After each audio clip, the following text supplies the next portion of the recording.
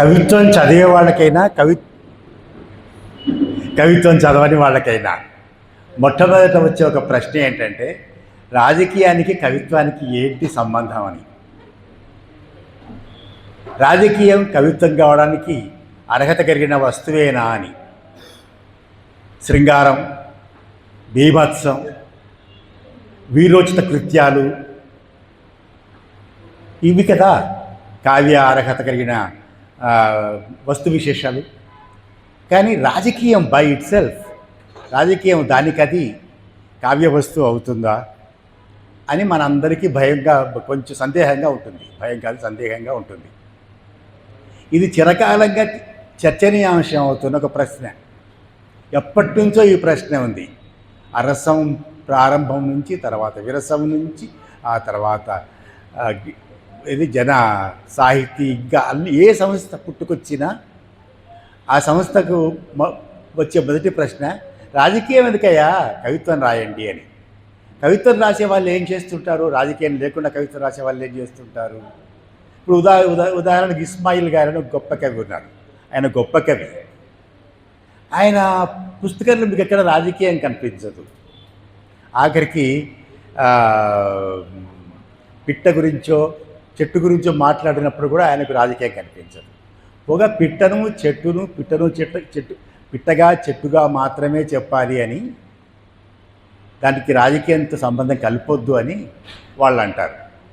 కానీ నేనంటాను, ఎప్పటి నుంచో అంటున్నాను కాబట్టి అంటున్నాను. పిట్ట గురించి రాస్తావు సరే, పిట్టల పాటల గురించి రాస్తావు సరే, పిట్టల పాటల్ని పెంచి పోషించే తోటమాలి గురించి ఎప్పుడు రాస్తావు? తోటమాలికి జీతభత్యాల గురించి ఎప్పుడు రాస్తావు? జీతభత్యాలు చాలక తోటమాలి పడే బాధల గురించి ఎప్పుడు రాస్తావు అని నేను చాలా కాలం క్రితం ప్రశ్నించాను. ఈ పుస్తకంలో మిత్రుడు పాణి చాలా ఎక్కువసేపు ఈ విషయమే చర్చించారు. ఆయన అంటారు, చౌషా కవితా శిల్పాల గురించి చర్చించడం అంటే సాహిత్యంలో రాజకీయాలు ఉండొచ్చా లేదా అని చర్చించడమే అని. ఎందుకంటే చౌషా తన పుస్తకం నిండా రాజకీయ కవిత్వమే రాశారు. రాజకీయము కవిత్వం వేరు కాకుండా రాశారు, వాటిని వేరు చేయకుండా రాశారు. మీకు తెలిసిన విషయమే, సాహిత్యం తెలిసిన వాళ్ళందరికీ వస్తు శిల్పాలు వేరు కాకపోవడమే గొప్ప గుణం కావ్యానికి. వస్తువు శిల్పం ఒకదాంతో ఒకటి కలిసిపోవడమే నిజమైన కావ్య లక్షణం. లేకపోతే మన జేకే గారు అంటారు, method is the enemy of quest. Method అనేది పద్ధతి. ఏంటి శిల్పం అంటే పద్ధతే కదా. నేను ఎట్లా రాస్తానో, ఏ పద్ధతిలో రాస్తానో, ఏ పదాలని ఏ విధంగా ఉపయోగిస్తానో, ఎలాంటి పదాలని ఉపయోగిస్తానో, ఆ పదాన్ని ఏ సందర్భంలో ఎట్లా ఉపయోగిస్తానో, ఇదే కదా శిల్పం అంటే.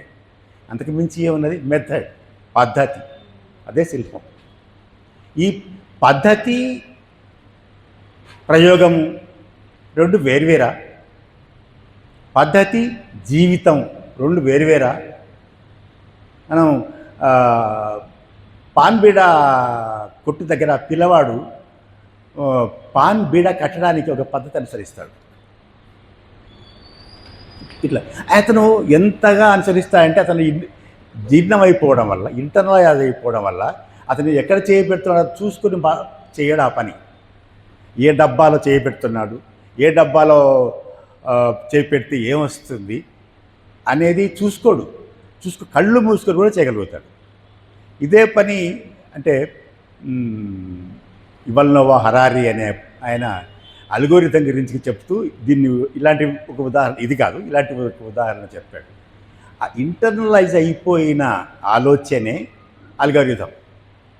చిప్స్లో ఉంటుంది అల్గోరిథం అంటే. దానికి చెప్పగానే, ఉదాహరణకు డొనాల్డ్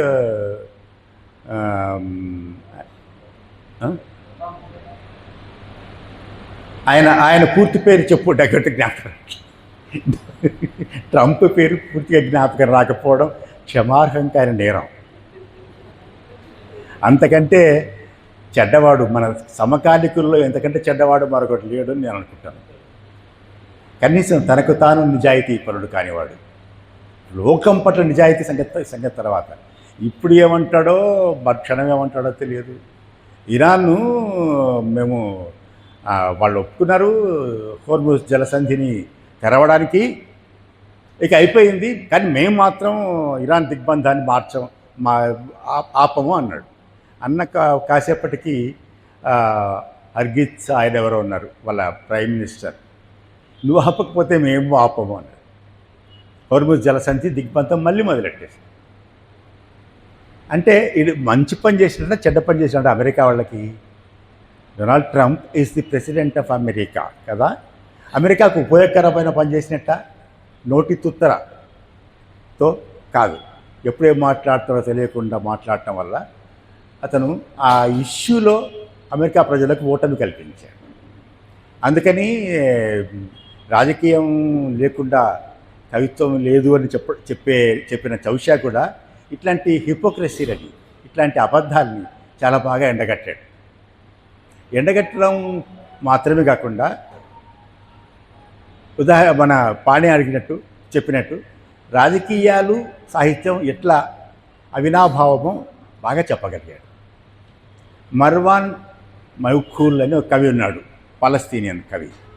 ఆయన అంటాడు, నేను కూడా ఈ కవిత్వంలో రాజకీయం లేకుండా కవిత్వం రాయాలంటే రాయొచ్చు, కవిత్వంలో రాజకీయం లేకుండా రాయాలంటే రాయొచ్చు, మర్వాన్ మౌఖూల్ అంటాడు. అయితే నేను పిట్టల పాటల్ని వినగలగాలి కవిత్వం రాయాలంటే. నేను కవిత్వం రాయాలంటే పిట్టల పాటలు వినగలగాలి. ఇస్మాయిల్ ఏంటి? చిలుకలు వాలిన చెట్టు. ఇస్మాయిల్ గారి ప్రసిద్ధ కావ్యం చిలుకలు వాలిన చెట్టు చాలా బాగుంటుంది. అయితే చిలుకలు చెట్టు మాత్రమే ఉంటాయి అక్కడ, ఇంకేం జీవితం ఉండదు. ఆ చిలుకల పాటల్ని వింటే కదా నేను కవిత్వం రాస్తాను అంటాడు మౌఖూల్. మరి విట్టల పాటలు వినకుండా ఈ యుద్ధ విమానాలు చేస్తున్నాయి, యుద్ధ విమానాలు చప్పుళ్ళు చేస్తున్నాయి. ముందు ఆ యుద్ధ విమానాలు నిశ్శబ్దం వహిస్తే నేను కవిత్వం రాస్తాను. ఏ కవిత్వం? రాజకీయం లేని కవిత్వం. యుద్ధ విమానాలు తమ నిశ్శబ్దం వహిస్తే నేను రాజకీయం లేని కవిత్వం రాస్తాను అంటాడు మౌఖూల్. మౌఖూల్ ఒక పాలస్తీనియన్ పోయిట్. చాలామంది పాలస్తీనియన్ పోయిట్స్ వాళ్ళ భార్యాబిడ్డల్ని పోగొట్టుకున్న వాళ్ళే, ఆ గాజా దురంతంలో తమ పిల్లల్ని పోగొట్టుకున్న వాళ్ళే. అలాంటి చోట కూర్చుని రే నువ్వు మంచి కవిత్వం రాయి, ఎందుకు నీకు రాజకీయం అంటే, నా రాజకీయం నన్ను మింగి నమిలి ఊస్తుంటే రోడ్డు పక్కకు, నేను ఇప్పుడు రాజకీయం కాకుండా ఇంకేం రాస్తాను? రాజకీయం నన్ను మోసం చేస్తూ ఉంటే, రాజకీయం నన్ను బట్టలు ఇప్పి మణిపూర్లో బట్టలు విప్పి ఊరేగిస్తుంటే, ఆ అమ్మాయిని మనవాడు చౌషా మణిపూర్ మంటలను ఇంకో పుస్తకం రాశాడు. దానికి నేను చిన్న ముందు మాట కూడా రాసినట్టు జ్ఞాపకం. ఆ పుస్తకం ఏంటి దాంట్లో జరిగింది? ఒక అమ్మాయిని, కుకీ అమ్మాయిని, హౌతీ ఇంకొక గిరిజన తెగకు చెందిన వాళ్ళు బట్టలు విప్పేసి ఊరేగించారు. బట్టలు విప్పి ఊరేగించడం చాలా ఘనకార్యం, వీరోచిత కృత్యం అనుకున్నారు వాళ్ళు. అది చూస్తూ కూడా నేను దాని గురించి ఏం పట్టించుకోకుండా నేను పిట్టలు, చెట్టు, మేఘాలు, కోయిల, ఉగాది అని కవిత్వం రాస్తే ఎట్లా ఉంటుంది? నాకంటే అసహ్యకరమైన కవి సంగతి పక్కన మనిషి కూడా ఉండడు. ఆ విషయం గుర్తెరిగిన వాడు మన చౌషా. ఆ విషయం మీకు ఈ పుస్తకం మండుతున్న మట్టి తల్లి, పేరు చాలా బాగుంది కదా, మండుతున్న మట్టి తల్లి. నేను చాలా కాలం క్రితం రాయలసీమ గురించి కవిత రాస్తూ మట్టి మండుతున్నట్లుంది రాయలసీమ అని. మట్టి మంటది కదా, మంట మీద మట్టి పోస్తే మంట ఆరిపోద్ది. కానీ మన రాయలసీమ చూడు ఎట్లా మండుతున్నదో, కారిపోతున్నది. ఇంత మంట, సహజమైన మంట, మట్టి మండడం లాంటి మంట రాయలసీమలోనే ఉంటుంది, ఇంకెక్కడ ఉంటుందని నేను అనుకోను. బహుశా మళ్ళీ ఆఫ్రికన్ కంట్రీస్లో కొన్నిట్లో ఉండొచ్చు. సో మట్టి మండుతున్న మట్టి తల్లి అని. ఇక కేవలం మట్టి దేశం అంటే మనుషులో ఈ దేశం అంటే మట్టి కాదో అన్నాడు. కానీ మట్టి లేకుండా మనుషులు ఎక్కడి నుంచి వస్తారు? గురజాడప్పారావు గారు ఆ మట్టి మండుతున్నప్పుడు మనుషులు ఎట్లా ఉంటారు, ఎట్లా బతుకుతారు? సో మట్టి గురించి పట్టించుకోవాల్సిందే. మట్టి గురించి పట్టించుకోకపోతే మనం ఈ చమురు బావులు, బొగ్గు గనులు, వీటి గురించి పట్టించుకోం. భూ ఉష్ణోగ్రతను పట్టించుకోం. కనుక మట్టి గురించి పట్టించుకోవాల్సిందే. ఆ మట్టి మీద ఉన్న మనుషులను పట్టించుకోవాలంటే మట్టి గురించి పట్టించుకోవడం కూడా. దాన్ని బాగా పట్టించుకున్న పుస్తకం మండుతున్న మట్టి తల్లి. మట్టి మనకు తల్లే, కానీ ఆమె మండిపోతుంది. షీస్ చచ్చిపోతుంది, మండి చచ్చిపోతుంది. అమ్మ మరణాన్ని మనం చూస్తున్నాం. అది బాగా చెప్పగలిగారు. అయితే ఈ మండుతున్న మట్టి తల్లికి నేపథ్యం ఏంటి? యుద్ధం. యుద్ధం ఎందుకు మనుషులు చేస్తారు? యుద్ధాలు మనుషులు ఎందుకు చేస్తారు? ఒక గొప్ప నవల ఉంది, గ్రేప్స్ ఆఫ్ ర్యాత్, జాన్ స్టీన్బెక్. అందులో దానికి ఒక ముందు మాట రాస్తూ చూశానని ఆమె ఒక మాట అన్నారు. అంటే ఆ పుస్తకంలో ఉన్నది ఏంటంటే, అమెరికా ఒకనాడు చాలా ఘోరంగా, మనకంటే ఘోరంగా ఉంది. రైతులు ఎక్కడికక్కడ కునారెళ్ళిపోతున్నారు. ఆ రైతుల కునారిల్లడం గురించే రాసిన పుస్తకమే గ్రేప్స్ ఆఫ్ ర్యాత్. అమెరికన్ రైతులు ఎట్లా దుఃఖం అనుభవించారు, ఎట్లా దారిద్ర్యం అనుభవించారు, ఎట్లా బాధలు పడ్డారు అని చెప్పే గొప్ప పుస్తకం గ్రేప్స్ ఆఫ్ ర్యాత్, జాన్ స్టీన్బెక్. దానికి ముందు మాట రాస్తామని అంటారు. దీనికి అమెరికా పరిష్కార మార్గం కనిపెట్టింది. అదేంటి అంటే ఆయుధాలు తయారు చేయడం. ప్రజలకు, ముఖ్యంగా యువకులకు ఉద్యోగాలు ఇవ్వాలి. ఆ ఉద్యోగాలు వ్యవసాయం ఇవ్వట్లేదు. పరిశ్రమలు అంత పిల్లలకు ఉద్యోగాలు ఇచ్చేంతగా ఎదగలేదు. అప్పుడు ఏం చేయాలి? ఆయుధాలు తయారు చేయాలి. ఆయుధాలు తయారు చేయడం చాలా మంచి పని, మంచి ఉపయోగకరమైన పని అని అమెరికా కనిపెట్టింది. మొదట అమెరికానే. ఆయుధాలకు సంబంధించిన ప్రతి వినాశాన్ని కనిపెట్టింది కూడా మొట్టమొదటిసారి అమెరికానే. ఇవాళ ఇరాన్ అణ్వాయుధాలు తయారు చేసే దిశగా పురోగమిస్తుంది కాబట్టి మేము ఇట్లా యుద్ధం చేస్తున్నాం అంటున్నారు కదా. ఎవడు అణ్వాయుధాలు తయారు చేసింది? ఎవడు అణ్వాయుధాన్ని ఉపయోగించింది? హిరోషిమా నాగసాకి మీద బాంబులు వేసిన దొంగలు ఎవరు? అమెరికన్సే కదా. హిరోషిమా మీద, నాగసాకి మీద బాంబులు వేయడం తప్ప ఇంతవరకు అణ్వాయుధ ప్రయోగం జరగలేదు. ఒక్కసారి వాడే చేశాడు. వాడి దగ్గరే ఇంకెవరి దగ్గర అణ్వాయుధాలు ఉన్నాయి. వాడు వీడు అంటున్నాను, నేను అమెరికాలో ఉంటున్నాను. నా బ్రాకెట్లో నాకు అమెరికా కూడా పేరు పెట్టారు. నేను ఎక్కడ ఉంటున్నాను, ఎక్కడ లేను అనేది గీటురాయి కాదు, క్రైటీరియన్ కాదు. మరి ఏది గీటురాయి? ఏది సత్యం, ఏది సత్యం? సత్యం ఏది, అసత్యం ఏది? సత్యం ఏది?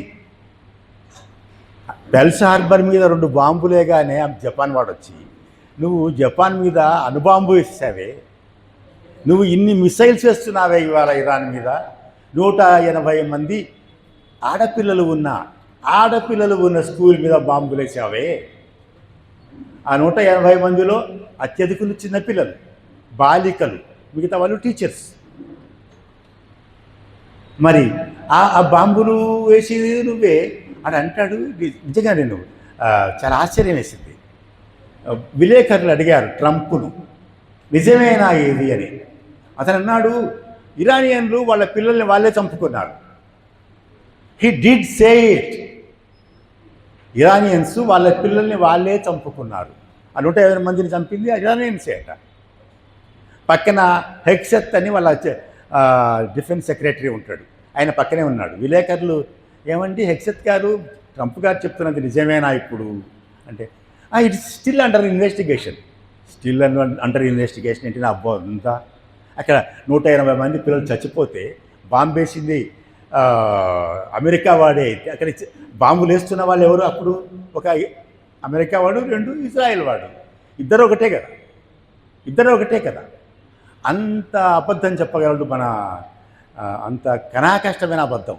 వాళ్ళను వాళ్ళే చంపుకున్నారు అనేసాడు ట్రంప్.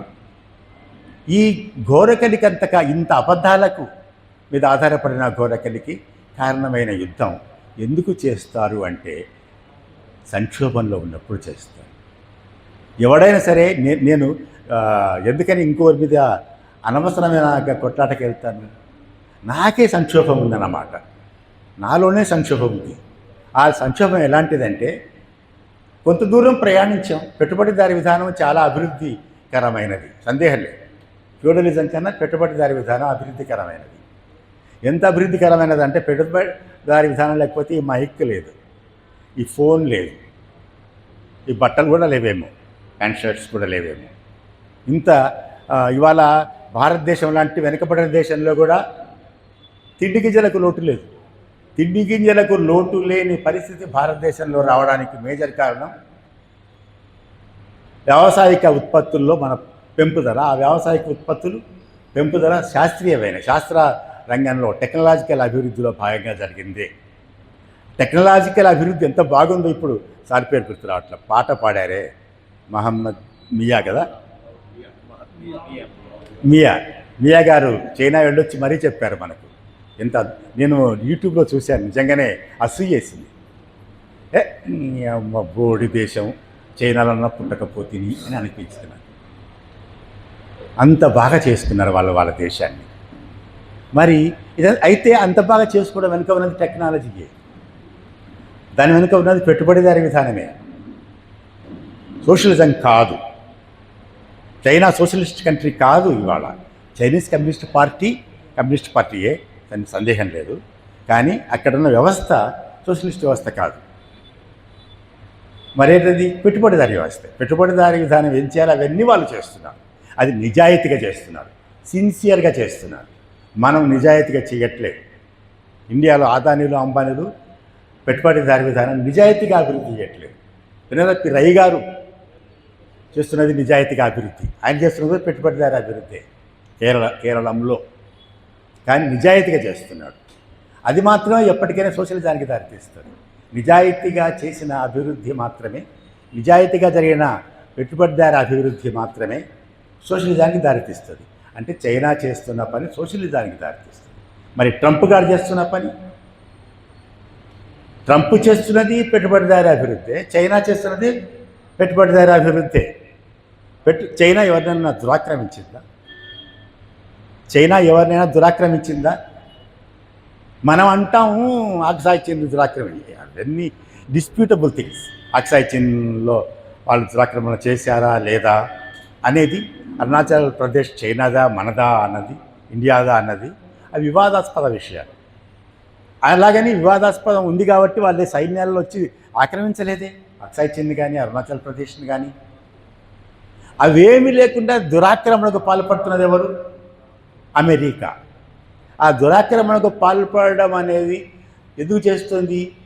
అమెరికా ఇవాళ ఏ ఉన్నతిలో ఉందో, ఏ ఆర్థిక ఉన్నతిలో ఉందో, ఆ ఆర్థిక ఉన్నతిని కాపాడుకోలేని పరిస్థితిలో ఉంది. అక్కడ సంక్షోభం తలెత్తింది, ఆర్థిక సంక్షోభం తలెత్తింది. వాళ్ళకి నిజమైన పోటీ వచ్చింది.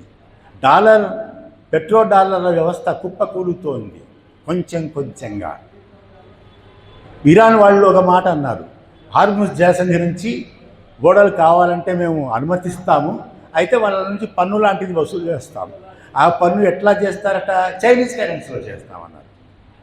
మేము డాలర్ కరెన్సీలో చేయం, అమెరికన్ కరెన్సీలో చేయం. హార్ముజ్ జలసంధి ద్వారా వెళ్ళే స్నేహపూరిత ఓడలకి వసూళ్లు మేము డాలర్లలో చేయము, చైనీస్ కరెన్సీలో చేస్తామని చెప్తారు. ఆ అభివృద్ధి చేస్తున్నది పెట్టుబడిదారీ విధానమే, కానీ అమెరికన్ పెట్టుబడిదారీ విధానం కాదు. అమెరికా యుద్ధం మీద ఆధారపడి చేస్తుంది, పరాక్రమణ మీద ఆధారపడి చేస్తుంది. వాళ్ళ దేశ సంక్షోభాన్ని ఇతర దేశాలకు ఎగుమతి చేయడం కోసం, ఆ సంక్షోభానికి ఇతర దేశాల మీద దురాక్రమణ చేయడం ద్వారా, ఉదాహరణకు వాళ్ళకు సంక్షోభాన్ని అతిక్రమించాలంటే ఇంకొంచెం డబ్బులు కావాలి, అంతే కదా. అందుకని వెనిజులా మీదకి వెళ్ళి మధురోను పట్టుకొచ్చి వెనిజులాలో వాళ్ళ ఆయిల్ కొట్టేస్తున్నారు. ఇప్పుడు ఇరాన్ లోబడితే మళ్ళీ ఇరాన్లో ఆయిల్ కూడా కొట్టేస్తారు, దోపిడీ చేస్తారు. సౌదీ అరేబియా ఆయిల్ని దోపిడీ చేస్తున్నారు, యుఏఈ ఆయిల్ని దోపిడీ చేస్తున్నారు, కువైట్ ఆయిల్ని దోపిడీ చేస్తున్నారు. ఈ ఆయిల్ దోపిడీ చేయడం ద్వారానే డాలర్ ఆర్థికం పెట్రో డాలర్ అంటే మీకు విన్నారా ఎప్పుడన్నా? పెట్రోలు అమ్మకాలు తప్పనిసరిగా డాలర్లోనే చేయాలి అని నియమం. మన దగ్గర డాలర్ లేకపోతే ఇండియా దగ్గర మనం పెట్రోల్ కొనలేమన్నట్టు. అది ఎప్పుడు నిన్నటి వరకు. ఇవాళ మేము చైనీస్ కరెన్సీ ఇస్తాం, లేకుంటే మా కరెన్సీ ఇస్తాం అంటే కూడా ఒప్పుకునే పరిస్థితి ఏర్పడుతుంది. రష్యా నుంచి మనం ఆయిల్ కొంటున్నాం, కానీ రష్యా నుంచి మనం కొనే ఆయిల్ రూపులే ఇవ్వని వాళ్ళు అడగరు, రూపాయలు ఇచ్చినా తీసుకుంటారు. అదే అమెరికా నుంచి ఆయిల్ కొనాలంటే డాలర్లలో ఇవ్వాలి. అంటే వాళ్లకు పరాధీనంగా ఉండాలి, వాళ్ళకు అధీనంగా ఉండాలి. ఆ పెట్రో డాలర్ వ్యవస్థ కుప్పకూలుతోంది. పెట్రో డాలర్ వ్యవస్థ కుప్పకూలితే అమెరికాలో మేమంతా అనుభవిస్తున్న ఒక సంపన్నత ఉండదు. ఆ సంపన్నత, రిచ్నెస్, వెల్త్ ఉండదు. ఆ ఉండని పరిస్థితి రాబోతున్న దాన్ని అధిగమించడం కోసమే అమెరికా పరాయి దేశాల మీద ఆక్రమణ మొదలెట్టింది. పరాయి దేశాల నుంచి ఉల్ఫాగా దోచుకోవడం. ఉదాహరణకు ఒకప్పుడు ఇండియాను ఒక దేశం దోచుకుంది. ఏ దేశం అది? బ్రిటన్ దోచుకుంది. దోపిడీయే అది, నగ్నమైన దోపిడీ. ఇండియాలో ఏ విధంగా అంటే ఒక కళ్యాణం నుంచి బొంబాయికి రైల్వే లైన్ వేశారు. ఎందుకు వేశారు? వాళ్ళ సరుకుల్ని కొంచెం తొందరగా తీసుకుందామని, అంత తప్ప మన కోసం వేరే చిన్నదే అది. అలాంటి అభివృద్ధి కార్యక్రమాలు ఇంకేం చేయలే బ్రిటన్. ఇండియాలో ఒక నీలిమందు పంటను ప్రవేశపెట్టారు, దాన్ని వేరే విదేశాలకే ఎగుమతి చేశారు. అంతకంటే ఘోరమైనది గాంజాయి పంటను ప్రవేశపెట్టింది బ్రిటిషర్సే. ఇండియాలో ప్రవేశపెట్టడం కాకుండా దానికి గంజాయి వినియోగదారులుగా ఉండం మేము అన్నందుకు గాను చైనాతో నల్లమందు యుద్ధం చేశారు. చైనీస్ని నల్లమందు పాయిల్ని చేశారు. బలవంతంగా అక్కడ నల్లమందును ప్రవేశపెట్టారు. అలాంటి పెట్టుబడిదారీ విధానం మనకొద్దు. మహమ్మద్ మియా ఉన్నారా? అద్భుతంగా పాడారు పాట, మారాలి మన సమాజము, మారాలి మన సమాజం. ఎట్లా మారుతుందంటే ఇక్కడ ఈ జెన్జీ, ఇక్కడ జనరేషన్ జీ అంటే జెడ్ జనరేషన్గా యంగ్ పీపుల్. ఇక్కడ ఎవరు వాళ్ళు అలాంటి వాళ్ళు లేనట్టున్నారు. అందరం మనం ఓల్డ్ జనరేషన్ వాళ్ళమే ఉన్నట్టున్నాం. It's okay. జనరేషన్ వాళ్ళం మనం కూడా ఏమి జవా తత్వాలు ఉడిగిన వాళ్ళమేం కాదు. చూడు, ఇటువంటి పుస్తకాలు తీసుకొస్తున్నాం అంటే మనవాడు ముసలివాడు కాదని కదా, నా అంత ముసలివాడు కాదు, కానీ తను కూడా పెద్దవాడే కదా. అందుకనే జడ్జి అయితే కాదనుకుంటాను. జడ్జికి మనం చెప్పుకోవాల్సింది ఏంటంటే, రే మాలాగా బానిసలుగా ఉంటే వస్తారా మీరు పువ్వుల్ని ప్రేమించండి, కవిత్వం రాయండి. పిట్టల్ని ప్రేమించండి, కవిత్వం రాయండి. కానీ పువ్వుల్ని పిట్టల్ని నాశనం చేస్తున్న పర్యావరణం గురించి కూడా రాయండి. చిలుకలు వాలిన చెట్ల గురించి రాయండి. అవును, చాలా బాగుంటుంది చిలుకలు వాలిన చెట్టు. చీకటిలో చిలుకలు వాలిన చెట్టు ఎట్ట కనిపిస్తుంది? ఏదో అంత మినుగురులుగా కనిపిస్తుంది, మెరుపులుగా కనిపిస్తుంది. మా ఇంట్లో ఒక పిట్ట ఉంది, దాని పేరు వ్యాలిగాడు. వాడు ఎంత చీకట్లో కూడా అది కనిపించడమే కాదు, ఇట్స్ ఓకే అంటుంది దగ్గరికి వెళ్తే. ఆ పిట్టల పాటలు చాలా బాగుంటాయి, నిజంగా బాగుంటాయి. ఆ పిట్టల పాటల్ని రాయండి. కవులు పిట్టలు కండి, కానీ జీవితాన్ని మరవకండి. బువ్వ పెడుతున్న రైతును మరవకండి. బట్ట పెడుతున్న మగ్గాలు నడిపి వాళ్ళను మరవకండి. ఇప్పటికీ కాస్త ఒడిదుడుకులు వస్తే చాలు అతలాకుతలమైపోయే జీవితాల్ని మరవకండి. ఆ మధ్య కోవిడ్ వచ్చినప్పుడు మీరు గమనించారు ఎవరన్నా? ఇక్కడి నుంచి అక్కడికి, కర్నూలు నుంచి కూడా పోయిండొచ్చు, హైదరాబాద్ నుంచి ఉత్తరాదికి నడిచి వెళ్ళారు ప్రజలు. ఒక అమ్మ నాన్న వాళ్ళ వెంట పరిగెడుతున్న చిన్నపిల్లాడు. ఇట్లాంటి ఫొటోస్ చాలా చూశాను నేను. అందులో ఒక రైల్వే స్టేషన్లో అమ్మ పడుకుని ఉంది, పిల్లవాడు అమ్మ బయట లాగుతున్నాడు. పిల్లవాడు ఎందుకు? పాల కోసం. ఆమె చెస్ట్ మీద ఉన్న పైట లాగుతున్నాడు. ఇంతకు ఆమె చనిపోయి ఉంది, ఆమె బతికి లేదు, చనిపోయి ఉంది. చనిపోయిన తల్లి చనిపోయిందని తెలియని పసివాడు అమ్మ బయట లాగుతున్నాడు పాల కోసం. ఇది మనం కోవిడ్లో చూసింది. ఇదొక దేశమా? ఈ మట్టిని నేను ప్రేమించాలా? ఆ తల్లిని, ఆ పిల్లవాన్ని ఆదుకోలేకపోయిన దేశం ఒక దేశమా? అది ఆలోచించుకోవడానికి తప్పనిసరిగా ఈ పుస్తకం ఉపయోగపడుతుంది నేను అనుకుంటున్నాను. అంతేగాని దీంట్లో చాలా ఛాయలు ఉన్నాయి. ఆమె పేరు మేఘ. మేఘ గురించి రాసిన పద్యంలో ఒక మాట ఉంది, కెరీరిజంకి లొంగదామే అని, కేసులకు లొంగదామే అని, జైళ్లకు లొంగదామే అని. అది కావాలి ఇవాళ యంగ్ పీపుల్. దానికోసం రాయడం. అప్పుడు ఏం చేస్తాను నేను? తప్పు కాదు, నేను అవార్డులో తప్పని నేను విమర్శించట్లేదు. నాకు అవార్డు వస్తే తీసుకుంటాను.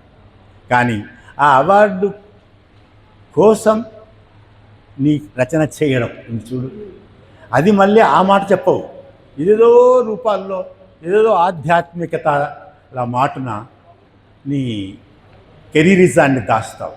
ఆ కెరీరిజాన్ని వదిలేయమంటున్నాడు కవి. ఆమె వదిలేసింది మేఘ మేఘ కదా ఆమె పేరు, మేఘ వదిలేసింది అని అమ్మాయిని మెచ్చుకున్నాడు. మనం ఇవాళ వాడేమో యుద్ధం వాడి స్వలాభం కోసం చేస్తాడు. వాడి సంక్షోభాన్ని పరిష్కరించుకోవడం, ఇంటర్నల్ సంక్షోభాన్ని పరిష్కరించుకోవడం కోసం, సంక్షోభాన్ని విదేశాలకు ఎగుమతి చేయడం కోసం, విదేశాలను దోచుకోవడం ద్వారా తన సంక్షోభాన్ని పరిష్కరించుకోవడం కోసం వాడు యుద్ధాలు చేస్తాడు. మనం ఆ యుద్ధాలను సమర్థిస్తాం. అవును, అమెరికాలో యుద్ధాన్ని సమర్థించే వాళ్ళు ఉన్నారు, వ్యతిరేకించే వాళ్ళు ఉన్నారు. మేఘ పీజీ స్నాతకోత్తర డిగ్రీ తీసుకోవడం కోసం అక్కడ నిలబడి ఆ అమ్మాయి ధైర్యంగా మాట్లాడింది. దానికి మెచ్చుకున్నాడు మన చౌషా. మొన్న మా మా అన్య కూడా, మా టెరా కూడా ఒక సభకు వెళ్ళి, ఇది బ్యానర్ డ్రాప్ అంటారు దాన్ని,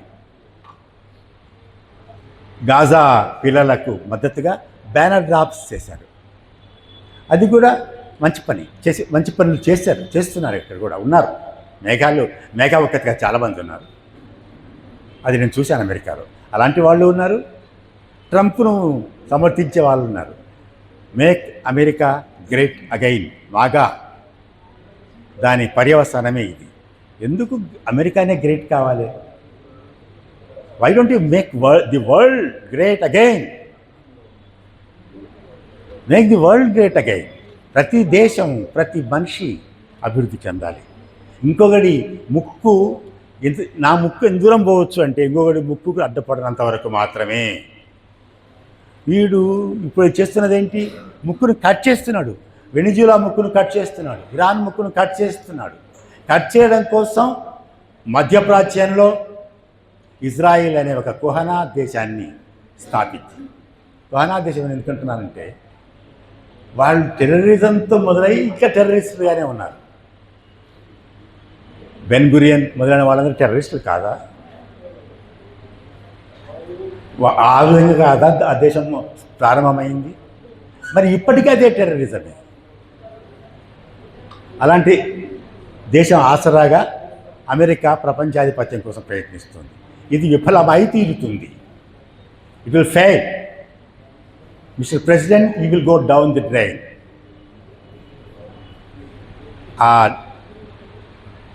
డౌన్ ది డ్రైన్ అంటే మీకు తెలుసు అనుకుంటాను, అంటే కమ్మోడ్లో వెళ్ళిపోతాడు.